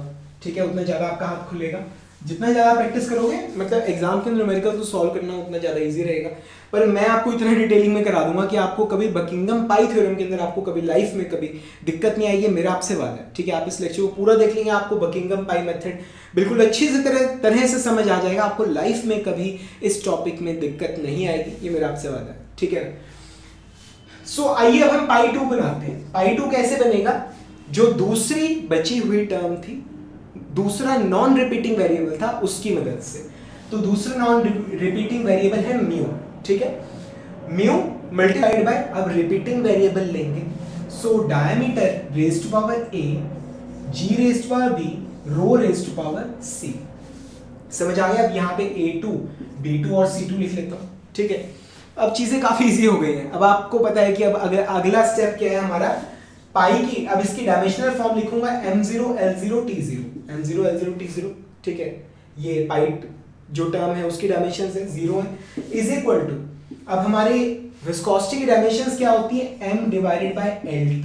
ठीक है, डायमीटर की डायमेंशंस है l raised to power a, g की डायमेंशंस है l by t square raised to power b, और रो की डायमेंशंस डेंसिटी की क्या होती है, m by l cube raised to power c। मतलब ये सारे 2 वाले हैं, 2 वाले। ठीक है, लिख लेते हैं, नहीं तो किसी स्टूडेंट को कंफ्यूजन हो जाएगा कि सर सारी ABC सेम है। ठीक है, ये आ गया। अब आगे आपको मालूम है क्या करना है। ठीक है, अभी सारे मास एक तरफ, सारी लेंथ एक तरफ, सारा टाइम एक तरफ। ठीक है, m0 l0 t0 is equal to, अब मास, सारे मास इकट्ठे कर रहा हूं, यहां पर आ गया m रेज़्ड टू पावर 1। ठीक है, इसमें नहीं है, इसमें नहीं है, इसमें है। ठीक है, प्लस c2। अब सारे लेंथ इकट्ठे कर रहा हूं, ये आ गया -1, ये आ गया plus a2 plus b2 minus 3c2। सारे लेंथ मैंने इकट्ठे कर लिए। अब टाइम सारे इकट्ठे कर लेता हूं। टाइम है इसके अंदर -1 और फिर है -2b, ठीक है, बस ये समझ आ गया यहां तक, क्लियर है, ठीक है। अब आपको भी पता है क्या करना है, मास की जो पावर्स हैं, मास की जो डायमेंशंस है उन्हें इक्वेट करेंगे। अब यहां पर मास कितना है 1 + c2, मास की पावर कितनी है 1 + c2 = 0, तो इससे क्या आ गया c2 = -1, ठीक है, इसकी वैल्यू में पता चल गई, इट इज -1, समझ आ गया, ठीक है। अब b की वैल्यू निकालना थोड़ा हमारे लिए इजी रहेगा, -1 - 2b, ये मैं क्या कर रहा हूं, टाइम की डायमेंशंस को, टाइम की पावर को इक्वेट कर रहा हूं, time raised to power 0, time raised to power -1 - 2b, ठीक है, तो ये आ गया =0, तो 1 आ गया 2 -1 आ गया 2b के बराबर, तो b की वैल्यू क्या आ गई -1/2, पिछली बार में मेरे ख्याल से यही आई थी, ठीक है ना, तो इसकी वैल्यू क्या आ गई -1/2, समझ आ गया।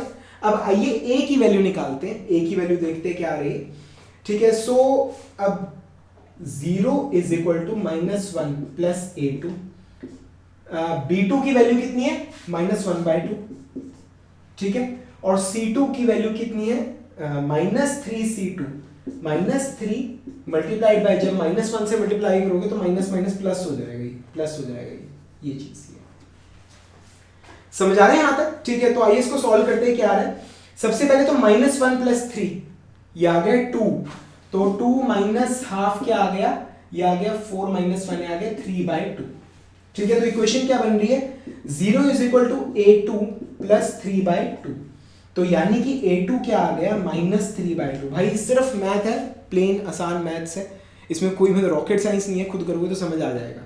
तो a2 की वैल्यू क्या आ गई -3/2, ये चीज, ठीक है। तो हमने सेकंड डायमेंशनलेस नंबर भी हमने बना लिए, सेकंड डायमेंशनलेस नंबर, ठीक है, वो क्या आ रहा है हमारे पास π2 = μ diameter raised to -3/2, g raised to -1/2 and density raised to power -1, ठीक है, डायमेंशनलेस नंबर आ गए। तो इसको थोड़ा सा मैं सिंपलीफाई करके मैं लिख लेता हूं यहाँ पे, ठीक है। π2 ये क्या आ गया हमारा μ divided by rho, g raised to power ½ diameter raised to power 3/2, समझ आ गया, ठीक है। फिर भी मैं कॉपी में चेक कर लेते, तो यही आ रहा है π2 = μ divided by rho, g raised to power 1/2 diameter raised to power 3/2, ये आ गया। So friends this is our second pi term, ये हमने सेकंड पाई टर्म निकाली। मतलब अब आप देख सकते हो कि चीज़ें कितनी ईजी है, और बनाने वाले ने कितनी दिमाग लगा के बनाया ना। आप अगर आप थोड़ा सा अगर आप ठंडे दिमाग से इस चीज़ को देखो, यहाँ पे हो क्या रहा है।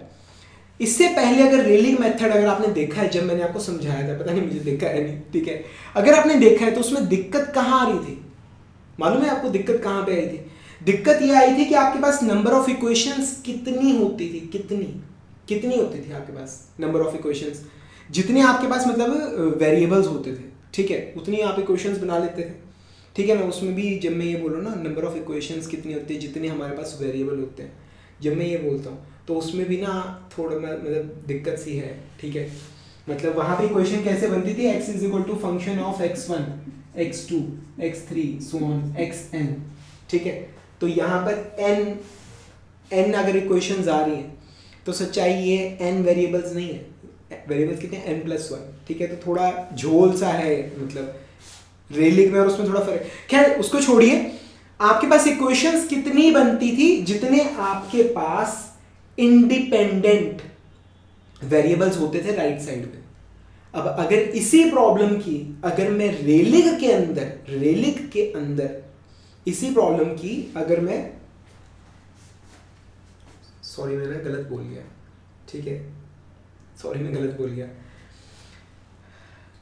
पिछला जो मेथड था रेलिंग वाला, उसके अंदर इक्वेशंस कितनी बनती थी, जितनी आपके पास फंडामेंटल डायमेंशंस होती हैं, ठीक है। मतलब यहां पर m 3 है, 3 फंडामेंटल डायमेंशंस है, तो आपके पास 3 इक्वेशंस बनेंगी। पर वेरिएबल कितने होते थे, वेरिएबल जितने इंडिपेंडेंट वेरिएबल्स होते थे, मतलब x1 raised to power a, x2 raised to power b, x3 raised to power c upon n तक, ठीक है। तो इक्वेशन सिर्फ 3 है, वेरिएबल n है, और ये सॉल्व नहीं हो सकती। क्यों? क्योंकि अगर 3 इक्वेशन तो सिर्फ 3 ही वेरिएबल्स निकाल सकते हो। n वेरिएबल्स बाकी के जो होंगे ना, बाकी अगर इक्वेशंस 3 है तो सिर्फ 3 ही वेरिएबल सॉल्व कर पाओगे, बाकी के n-3 वेरिएबल सॉल्व नहीं कर सकते रेलिग में। याद है, वीडियो देखिए वो, ठीक है। बाकी के जो हैं वो मतलब एक तरह से अननोन रह जाएंगे, जो फाइनल आंसर निकालोगे उसमें भी अननोन्स घुस जाएंगे, ठीक है ना। तो बकिंघम जी ने इसको थोड़ा चेंज कर दिया है, ठीक है। बकिंघम जी ने इसको थोड़ा चेंज कर दिया है।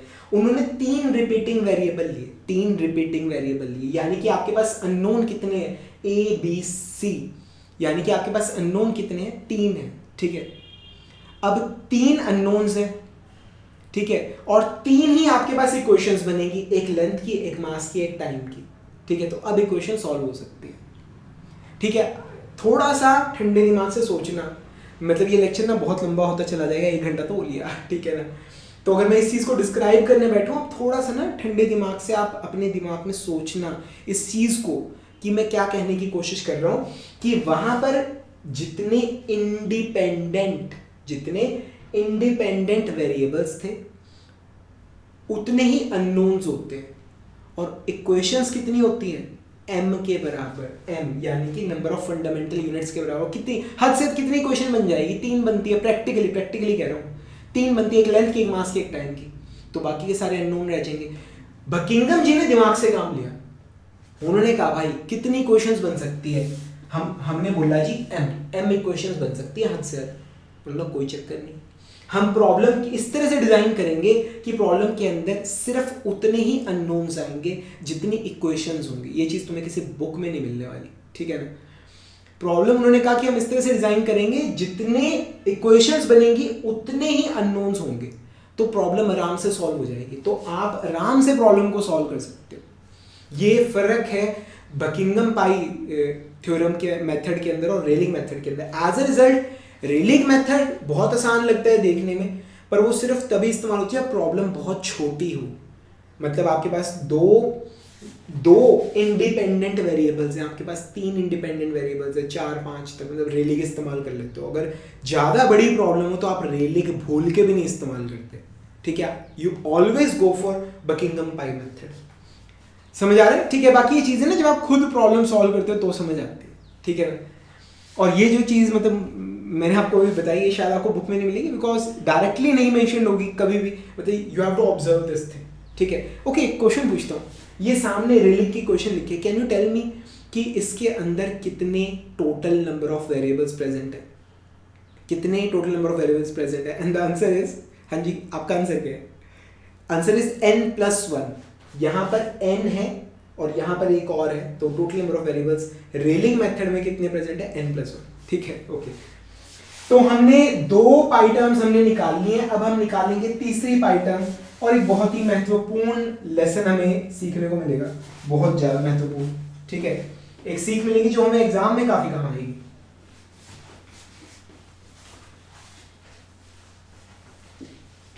जो हमें एग्जाम में काफी हेल्प करेगी, ठीक है। हाँ जी, मैं ही सॉल्व करूंगा, आप भी कुछ करने वाले हो, ठीक है।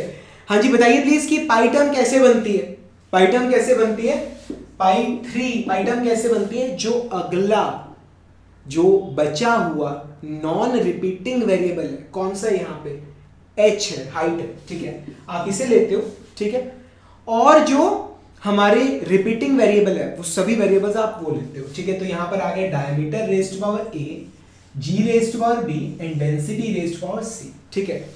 तो ये मतलब अगेन यहाँ पर तीसरी इक्वेशन है, तो a3 b3 और c3 लिख लेता हूँ, समझ आ रहा है, ठीक है। तो ये आपने ले लिया, इक्वेशन आपकी पाई टर्म आपकी तैयार हो गई। अब इसके अंदर a b और c की आपको वैल्यू निकालनी है, कैसे निकालोगे, with the help of dimensional equation. अब ये पाई टर्म में m0 l0 t0, इसकी तो कोई डायमेंशंस होगी नहीं, ठीक है, इज इक्वल टू हाइट है, इसकी डायमेंशंस है l, ये डायमीटर है, अगेन इसकी डायमेंशंस है l raised to power a, a3 of course, g ये आ गया l बाय t का square raised to power b3, और यहां पर आ गया density m by l cube raised to power c3, ये चीज समझ आ गया। हाँ जी, अगला स्टेप आपसे पूछ रहा हूं, अगला क्या है, ठीक है, आप इनको इकट्ठा करोगे, ठीक है। सो m0 l0 t0, ये तो पाई टर्म की डायमेंशंस होगी, सारी जीरो रहेंगी। L रेज टू पावर ये आ गया 1 plus A3 plus B3 minus 3C3, 1 plus A3 plus B3 minus 3C3 ये आ गया, ठीक है। अब ये लेंथ इकट्ठा कर लिया, मास रेज टू पावर C3, और टाइम को जब आप इकट्ठा करोगे time raise to power -2B3, ये चीज ये बन गई हमारी इक्वेशन, ठीक है। अब दोनों तरफ की जो पावर्स है दोनों डायमेंशन सेम है, because the equation it is dimensionally homogeneous, ठीक है ना। आपको क्या बताया था बकिंघम पाई थ्योरम शुरू कैसे होती है? अगर किसी प्रॉब्लम के अंदर n वेरिएबल्स हैं और m फंडामेंटल क्वांटिटीज प्रेजेंट है and the equation is dimensionally homogeneous, ठीक है। तो दोनों तरफ की डायमेंशनली होमोजेनियस है, तो दोनों तरफ की जो डायमेंशंस है, जो डायमेंशंस की जो लेंथ मास टाइम की जो पावर्स है वो सेम होती है, ठीक है। तो आइए इक्वेट करते हैं। तो हमारे पास सबसे पहले तो मास सॉल्व करते हैं, मास यहां पर क्या है C3 और ये हो गया 0। टाइम सॉल्व करते हैं -2B3 और ये भी हो गया 0, ठीक है। तो ये भी मतलब B और C दोनों हो गए हमारे 0, दोनों ही खत्म हो गए, ठीक है। समझ आए? अब आइए निकालते हैं, लेंथ को सॉल्व करते हैं। 0 इज इक्वल टू, एक तो ये B खत्म हो गया, एक ये C3 खत्म हो गया, ये नहीं बचे। 0 is equal to 1 plus A3, तो A3 की वैल्यू क्या आ गई? -1। समझ आ रहा है? ठीक है। तो हमारी जो π3, जो हमारी अगली पाई टर्म बनेगी, that will be height into diameter raise to power -1, g raise to power 0 और डेंसिटी रेज टू पावर 0, तो उसे लिखने की जरूरत नहीं है। तो ये क्या आ गया? h डिवाइडेड बाय d, ये चीज समझ आ गई। इसमें भाई बहुत बड़ा लेसन नहीं है, वो लेसन ही है कि ये सारा कुछ आपको करने की जरूरत नहीं है, ठीक है। क्यों? आपको क्या बनाना है? आपको एक डायमेंशनलेस नंबर बनाना है, ठीक है। ध्यान रखिएगा, एग्जाम में काम आएगा। आपके कुछ मिनट आपके बच जाएंगे, कुछ सेकंड्स आपके बच जाएंगे।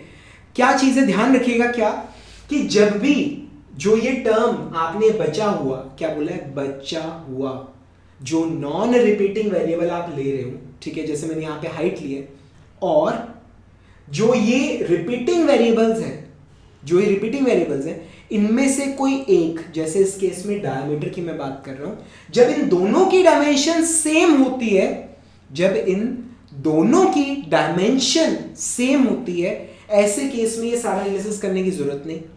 This number divided by this number, this is a dimensionless pi term. यार कॉमन सेंस की बात है, कॉमन सेंस की। अगर इसकी और इसकी डायमेंशन सेम है तो उन दोनों को डिवाइड कर दो, ठीक है ना।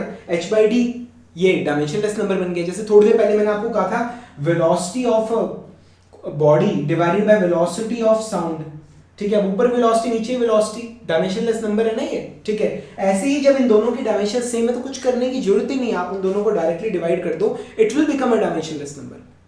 समझ आ गया? तो जो हमारी अगली पाई टर्म है दैट इज h/d, वो क्या आ गया? h/d। यहां तक समझ आ गया आपको? चीजें क्लियर हुई है, ठीक है। तो ये π3 भी हमने निकाल लिया। हमारी अगली जो पाई टर्म आ गई है that is h/d, π3 is equal to h/d, ठीक है। तो तीनों पाई टर्म्स हमने निकाल ली हैं, ठीक है। तो प्रॉब्लम हमारी सॉल्व हो चुकी है। इस मेथड के अंदर हमें सिर्फ मात्र पाई टर्म्स को ही हमें निकालना होता है, ठीक है। तो इक्वेशन हमारी क्या बन जाएगी? F2 ब्रैकेट के अंदर π1 π2 π3, मतलब π1 क्या है हमारा?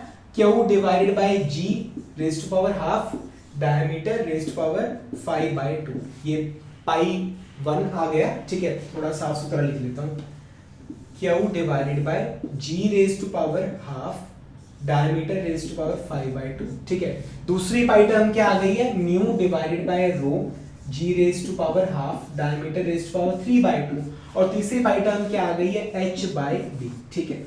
ये चीज समझ आ रही है यहां तक आपको? ठीक है, कि this is equal to constant, ये एक कांस्टेंट है, कोई और कांस्टेंट होगा, ठीक है। ये चीज, दिस इज द इक्वेशन। इसका मतलब क्या है? इसका मतलब क्या है? क्या कि जो प्रॉब्लम है, ठीक है, प्रॉब्लम है मतलब वो इस तरह से रिप्रेजेंट की जा सकती है, मतलब जो प्रॉब्लम है वो डिपेंड करेगी इन डायमेंशनलेस नंबर पर, ठीक है। ये आगे जब हम रिसर्च वगैरह करेंगे सेक्शन 2 के अंदर, तो ये चीजें आपको मतलब और बेटर वे में क्लियर होंगी सेक्शन 2 के अंदर, कि इन डायमेंशनलेस नंबर्स का क्या रोल रहता है और इससे रिसर्च कैसे आसान हो जाती है। समझ आ रहा है यहाँ तक? ठीक है। या फिर अब आप कह रहे थे कि सर हमें तो डिस्चार्ज का फॉर्मूला निकालना था, ठीक है, ये आपने क्या बना दिया। अगर आप चाहो तो इस इक्वेशन को ऐसे भी आप रिप्रेजेंट कर सकते हो कि Q divided by G 1/2 diameter raised to 5/2 it is a function of, ठीक है, कोई और फंक्शन F3 लिख लिया, it is a function of mu by rho G raised to power half D raised to power 3/2 और comma H bye D, ये चीज, ठीक है। या आप इसे फंक्शन दिखा सकते हो इन दोनों का, या आप इसे फंक्शन दिखा सकते हो इन दोनों का, मतलब इट्स योर चॉइस, जैसे मर्जी आप प्रॉब्लम को सॉल्व कर सकते हो। समझ आ रहे हैं? बेसिकली ना ये ट्रेंड को खोजने में हमारी मदद करते हैं, ट्रेंड को, ठीक है। मतलब अकेले G Q का वेरिएशन देखना थोड़ा मुश्किल रहेगा, अगर आप इस तरह से ये इस पूरी टर्म का क्या इफेक्ट पड़ रहा है प्रॉब्लम के ऊपर, मतलब चीजें इस तरह से एनालाइज करना काफी इजी हो जाता है। पर खैर ये सब आपके डोमेन से बाहर है एट प्रेजेंट, ठीक है, अगले सेक्शन में देखेंगे। फिलहाल बकिंघम पाई मेथड किस तरह से इस्तेमाल किया जाता है वो हमने कंप्लीटली सीख लिया। समझ आ रहा है यहाँ तक? ठीक है। बाकी कुछ चीजें ऐसी हैं जो आपको मतलब एक्सपीरियंस के साथ आपको मतलब समझ आएंगी, एक्सपीरियंस के साथ जब आप प्रैक्टिस करोगे। जैसे अगर आप प्रॉब्लम को सॉल्व करना चाहते हो, ठीक है, प्रॉब्लम को सॉल्व करना चाहते हो तो अब यहां पर जैसे हमें Q का फॉर्मूला लिखना है, Q का डिस्चार्ज का फॉर्मूला लिखना है, तो आप कभी भी डिस्चार्ज को एज अ रिपीटिंग वेरिएबल नहीं लोगे, ठीक है। मतलब ये चीजें आपको खुद न्यूमेरिकल्स करके समझ आएंगी। अगर आपको if Q is a dependent variable, अगर आपको Q का फॉर्मूला डेवलप करना है तो आप Q को कभी भी मतलब रिपीटिंग वेरिएबल में नहीं लोगे, ठीक है। उसका कारण क्या है? अब आपने मुझे कहा कि सर हमें तो Q का फॉर्मूला निकालना था, आपने क्या निकाल दिया? तो मैंने Q वाली टर्म को सिंपली फंक्शन से बाहर रख दिया और मैंने बोला कि ये जो टर्म है ये इन दोनों पे डिपेंड करती है, ठीक है। होगी प्रॉब्लम सॉल्व, आप भी सेटिस्फाइड, मैं भी सेटिस्फाइड, ठीक है। पर अगर मैं Q को रिपीटिंग वेरिएबल में ले लेता अगर, ठीक है, तो उससे क्या होता है, जो रिपीटिंग वेरिएबल है वो हर पाई टर्म में प्रेजेंट होता है, ठीक है। तो वो इस टर्म में भी प्रेजेंट होता, वो इस टर्म में भी प्रेजेंट होता, वो इस टर्म में भी प्रेजेंट होता, ठीक है। तो तब आप क्या करते हैं, ठीक है। अभी तो मैंने सिंपली उस टर्म को Q निकालना था, मैंने उसको बाहर खिसका दिया। तो अगर ऐसे सिचुएशन क्रिएट हो जाए कि Q हर टर्म में प्रेजेंट है तो उसका फॉर्मूला कैसे बनाओगे, ठीक है, फॉर्मूला बनेगा ही नहीं, बहुत कॉम्प्लेक्स हो जाएगा, ठीक है। तो आप जो चीज़ आपको निकालनी है आप उसे कभी भी रिपीटिंग वेरिएबल नहीं लेते, ठीक है ना। और बाकी चीज़ें मैंने आपको बताई थी कि मतलब भी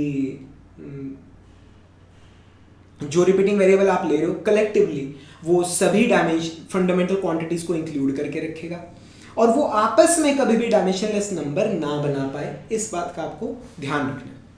ये चीज आपको क्लियर होगी, ठीक है।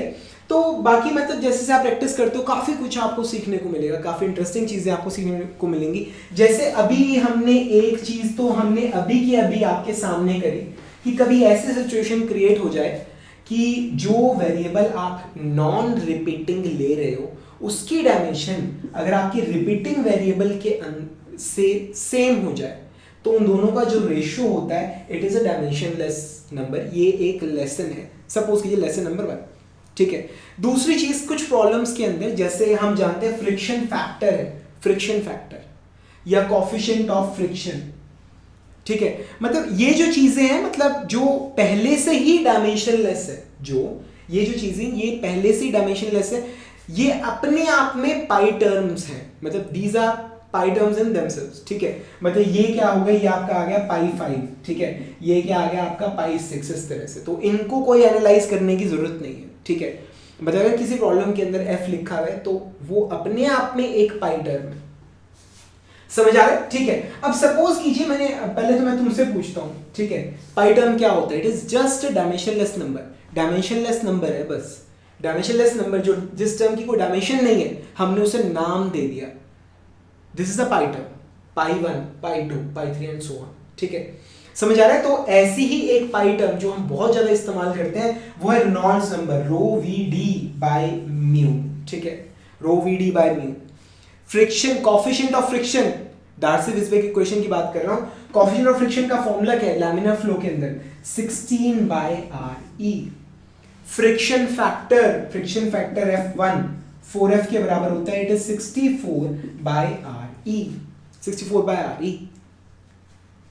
समझ आ रहा है? ठीक है, तो बेसिकली क्या चीज है, अब आर ई देख रहे हो, आर ई, ठीक है, यहाँ पे मतलब ये बेसिकली क्या आ रहा है, R E raise to power -1, ठीक है। या अगर आप कोफिशिएंट ऑफ फ्रिक्शन के या फ्रिक्शन फैक्टर के फॉर्मूले देखो for turbulent flow through pipes, ये फॉर्मूले मैंने आपको लिखवाए थे क्लास में, लिखवाए थे, याद है? मतलब हो सकता है किसी फॉर्मूले के अंदर स्क्वायर रूट आर ई आ रहा हो, ठीक है, यानी कि आर ई रेज टू पावर 1/2 आ रहा हो सकता है किसी फॉर्मूले के अंदर 1 divided by square root R E आ रहा हो, ठीक है, यानी कि आर ई रेज टू पावर -1/2 आ रहा हो, ठीक है। या हो सकता है किसी फॉर्मूले के अंदर आर ई प्लस 0.23 आ रहा हो, किसी फॉर्मूले के अंदर हो सकता है नहीं।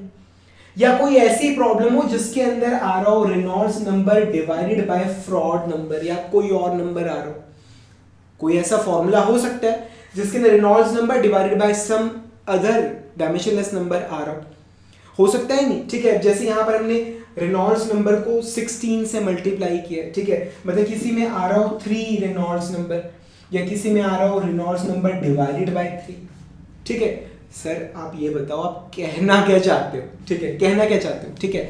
ये चीजें ना आपको देखने में जो सिंपल लग रही है ना, आप बुक में देखना किस तरह से दे रखी है, ठीक है, एक बार देखना जरूर प्लीज, रिक्वेस्ट है, ठीक है। बेसिकली बुक में क्या दे रखा है कि जो पाई टर्म आप निकालते हो, ठीक है, एक्चुअल फॉर्मूले के अंदर उसकी कोई भी पावर इस्तेमाल हो सकती है। मतलब ऐसा हो सकता है कि एक्चुअल फॉर्मूले के अंदर, जैसे मैंने रेनॉल्ड्स नंबर पाई 1, मेरी पाई टर्म निकला rho V D by mu, Reynolds number आ गया मेरी पहली पाई टर्म, ठीक है।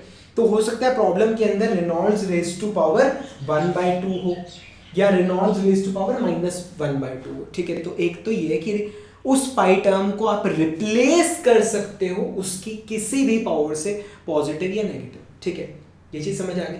अब आप उस पाई टर्म को रिप्लेस कर सकते हो, पाई 1 की बजाय में लिख सकते हो पाई 1 सम नंबर, जैसे यहां पर रेनॉल्ड्स प्लस 0.23। अब यहां पर पाई टर्म के अंदर पाई टर्म को, मतलब फॉर्मूले के अंदर रेनॉल्ड नंबर नहीं है, फॉर्मूले के अंदर रेनॉल्ड्स नंबर नहीं इस्तेमाल हो रहा, फॉर्मूले के अंदर क्या इस्तेमाल हो रहा है, रेनॉल्ड्स नंबर प्लस 0.23, ये चीज। तो ऐसा भी हो सकता है, ठीक है। हो सकता है आप फॉर्मूले के अंदर पाई टर्म को आप रिप्लेस कर सकते हो some number multiplied by pi term, फॉर्मूले के अंदर आपके पास 3 इंटू रेनॉल्ड्स नंबर आ रहा हो, या हो सकता है फॉर्मूले के अंदर आपके पास रेनॉल्ड्स नंबर डिवाइडेड बाय 3, यानी पाई टर्म डिवाइडेड बाय 3 आ रहा हो, ऐसा भी हो सकता है, ठीक है ना। तो ये चीज, या फिर ऐसा हो सकता है कि आपका जो फॉर्मूला है उसके अंदर 2 पाई टर्म्स का, मतलब पाई 1 की जगह क्या आ रहा हो, इस्तेमाल हो रहा हो एक्चुअल फॉर्मूले के अंदर पाई 1 बाय पाई 2, ये चीज, ठीक है। तो आप पाई की बजाय पाई 1 बाय पाई 2 भी इस्तेमाल कर सकते हो, ये चीज समझ आ रहा है। बुक में जब ये चीजें देखते हो तो बड़ी कॉम्प्लेक्स ही लगती हैं, ठीक है, और वैसे जब आप चीजों को यूज करते हो तो they are really very simple, समझ आ गया, ठीक है। तो भाई अच्छा खासा लंबा लेक्चर था, 1.25 घंटा 1.5 घंटा होने वाला है, ठीक है ना। तो आई थिंक मुझे एक बार एक नज़र से मान लेनी चाहिए, and we have covered each and everything, ठीक है। तो फ्रेंड्स आई होप आपको ये लेक्चर ज़रूर अच्छा लगा होगा, समझ आया होगा, ठीक है। मतलब पूरा कंप्लीट लेक्चर है अपने आप में ये, अगर आपने पूरा लेक्चर देखा है तो आपको बकिंघम पाई थ्योरम के अंदर कभी भी लाइफ में किसी भी टाइप के न्यूमेरिकल के अंदर कभी भी दिक्कत आ ही नहीं सकती, ये मेरा आपसे वादा है, ठीक है। मुझे बहुत ही कम उम्मीद है कि बेसिकली मतलब बहुत थोड़े ऐसे स्टूडेंट्स होंगे जिन्होंने लेक्चर पूरा देखा होगा, ठीक है। ऑनलाइन लर्निंग के अंदर बात ही यही है, ठीक है। एक्चुअल क्लासरूम के अंदर टीचर चाहे एक टॉपिक 2 घंटे पढ़ाए, 3 घंटे पढ़ाए, 4 घंटे पढ़ाए, कोई दिक्कत नहीं है, बच्चे को वहाँ पे बैठना पड़ता है। पर जब आप ऑनलाइन सीख रहे होते हो तो पूरा का पूरा कंट्रोल आपके हाथ में होता है। मतलब you can increase the speed of the video, you can decrease the speed of the, decrease तो खैर कोई करता नहीं है, मेरी वीडियोस तो वैसे ही कोई स्पीड डिक्रीज नहीं करता, ठीक है, तेज बेशक कर ले। तो मतलब आप टीचर को आगे मतलब फास्ट फॉरवर्ड कर सकते हो, आप उसे पीछे लेके जा सकते हो, और यही वो चीज़ है जो स्टूडेंट्स को नुकसान करती है, ठीक है ना। तो मुझे बहुत मतलब कम चांसेस लग रहे हैं कि कोई ऐसा स्टूडेंट होगा जो इस लेक्चर को पूरा देखेगा, पर मैं जानना चाहता हूँ कि किस किस ने इस लेक्चर को पूरा देखा है। तो प्लीज़ आप नीचे कमेंट्स में ज़रूर मेंशन कीजिएगा कि हाँ सर ये लेक्चर मैंने पूरा देखा है, ठीक है। मुझे जान के बड़ी खुशी होगी कि हाँ आपने ये लेक्चर पूरा देखा है, ठीक है। तो फ्रेंड्स हम मिलेंगे अगले लेक्चर के अंदर, तब तक के लिए thank you very much and wish you all the best. Buckingham pi theorem से रिलेटेड एक दो कुछ छोटी छोटी पर बड़ी इंटरेस्टिंग चीज़ें हैं, रैंक से कुछ मैट्रिक्स के रैंक से इसका रिलेशन है, ठीक है। और एक दो छोटी और एक्सेप्शंस हम डिस्कस करेंगे क्लास के अंदर, पर वो सारा हम करेंगे अगले लेक्चर में। तब तक के लिए friends, thank you very much and wish you all the best. अगर आपको हमारे लेक्चर्स अच्छे लगे तो हमारे A to Z सभी लेक्चर्स, सभी कोर्सेज, सभी वीडियोस मेरी वेबसाइट पे अवेलेबल है, मेरी मोबाइल ऐप पे अवेलेबल है, मेरे अलग अलग सोशल मीडिया प्लेटफॉर्म्स पे अवेलेबल है, ठीक है। टाइम टू टाइम चेंज होते रहते हैं। किसी टाइम में ऑर्कुट आया था, आपने उसका नाम भी नहीं सुना होगा, अब कुछ और चल रहा है, कल कुछ और चलेगा, ठीक है। तो सभी प्लेटफॉर्म्स, ऑनलाइन प्लेटफॉर्म्स पे अवेलेबल है, मोबाइल ऐप पे अवेलेबल है, मेरे यूट्यूब चैनल पे अवेलेबल है, ठीक है। तो अगर आप चाहें तो इनका बेनिफिट उठा सकते हैं। हम जल्दी मिलेंगे फ्रेंड्स अगले लेक्चर में, तब तक के लिए thank you very much and wish you all the best.